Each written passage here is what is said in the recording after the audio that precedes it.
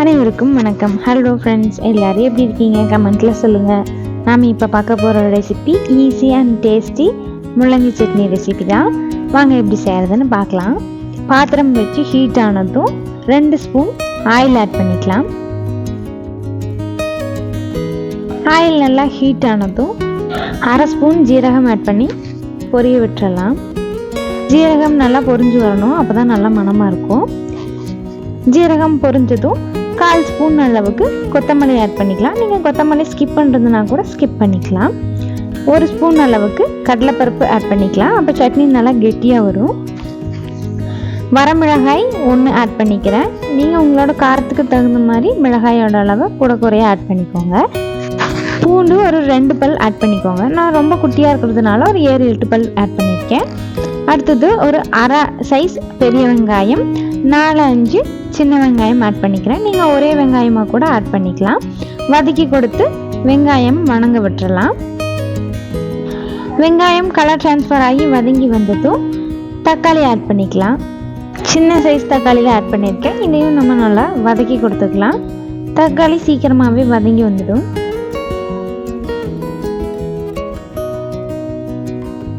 தக்காளி நல்லா வதங்கி வந்ததும் வெட்டி வச்சுருக்கேன் முள்ளங்கி 1 ஆட் பண்ணிக்கிறேன். நான் பொடிசாக வெட்டி போட்டிருக்கேன், அப்போ சீக்கிரமாகவே வதங்கி வந்துடும்.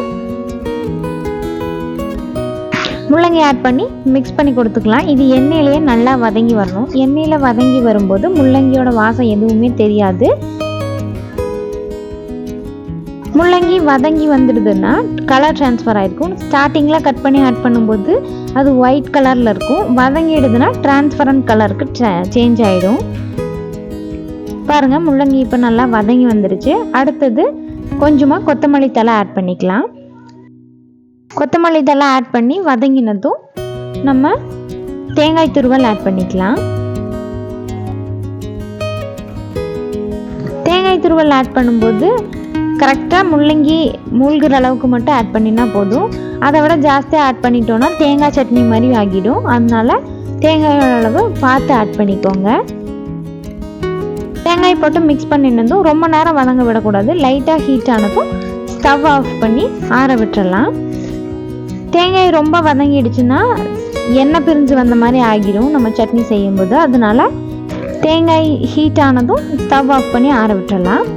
நல்லா ஆறி வந்ததும் நம்ம வதக்கி வச்சுருக்க முள்ளங்கியை மிக்ஸி ஜாருக்கு ட்ரான்ஸ்ஃபர் பண்ணிவிட்டு தேவையான அளவு உப்பு சேர்த்து தேவையான அளவு தண்ணியும் ஆட் பண்ணி அரைச்சி எடுத்துகிட்டு வந்துடலாம். நல்லா நைஸாக அரைச்சி எடுத்துக்கலாம். பாருங்கள், நான் அரைச்சி எடுத்துகிட்டு வந்துட்டேன். இந்த அளவுக்கு நைஸாக இருந்ததுன்னா ஓகே. இனி நம்ம தாளித்து கொடுத்துக்கலாம். பாத்திரம் வச்சு ஆயில் ஆட் பண்ணி ஆயில் ஹீட் ஆனதும் கடுகு ஆட் பண்ணிக்கலாம். கடுகு நல்லா வெடிச்சு வந்ததும் உளுந்தம் பருப்பு ஆட் பண்ணிக்கலாம். உளுந்தம் பருப்பு பொரிஞ்சதும் கருவேப்பிலை ஆட் பண்ணிக்கலாம். நீங்கள் கூட பெருங்காய பவுடர் ஆட் பண்ணுறதுனால ஆட் பண்ணிக்கலாம். நான் ஆட் பண்ணல. கருவேப்பிலை நல்லா பொரிஞ்சு வந்ததும் சட்னியில் ஆட் பண்ணிக்கலாம். உப்பு எல்லாம் டேஸ்ட் பண்ணி பார்த்துட்டு பத்தலைன்னா கூட ஆட் பண்ணி நல்லா மிக்ஸ் பண்ணி கொடுத்துட்டோன்னா சட்னி ரெடி. இது இட்லி, தோசை, சாதம் எல்லாத்துக்குமே ரொம்ப அருமையாக இருக்கும். கண்டிப்பாக நீங்களும் இதே மாதிரி ட்ரை பண்ணி பார்த்துட்டு எப்படி இருந்ததுன்னு கமெண்ட்டில் சொல்லுங்கள். வீடியோ பிடிச்சிருந்ததுன்னா லைக் பண்ணிக்கோங்க. சேனலை இன்னும் நிறையா வீடியோஸ்க்கு சப்ஸ்கிரைப் பண்ணிக்கோங்க. தேங்க்ஸ் ஃபார் வாட்சிங்.